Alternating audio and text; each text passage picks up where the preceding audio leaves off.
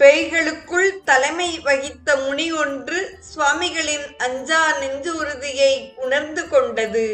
6ஆம் நாள் நீ எழுந்துவிடு என்னும் சொல் தோன்றியது. இக்காலத்து மனிதருள் ஒருவரை ஞான குருவாக ஏற்க என் மனம் இடம் தரவில்லை. சொல்ல வேண்டியதை தாங்கள் வந்து சொல்லி அருளினால் எழுந்து விடுவேன் என்று விண்ணப்பம் செய்தார்.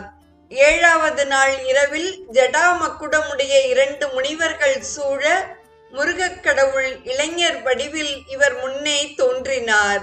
அவருடன் வந்த முனிவர்கள், கல்வி அறிவில் உம்முடைய திறம் இவருக்கும் உண்டு, இவர் உம்மை பார்க்கவே வந்தார் என்று கூறினர்.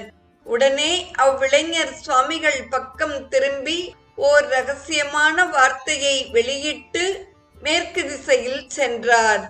ஓர் எல்லையில் மூவரும் மறைந்து விட்டனர்.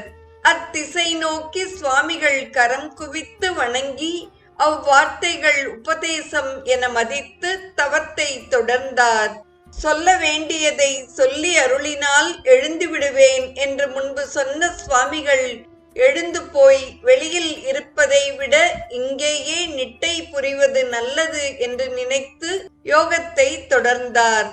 35ஆம் நாள் இரவு 24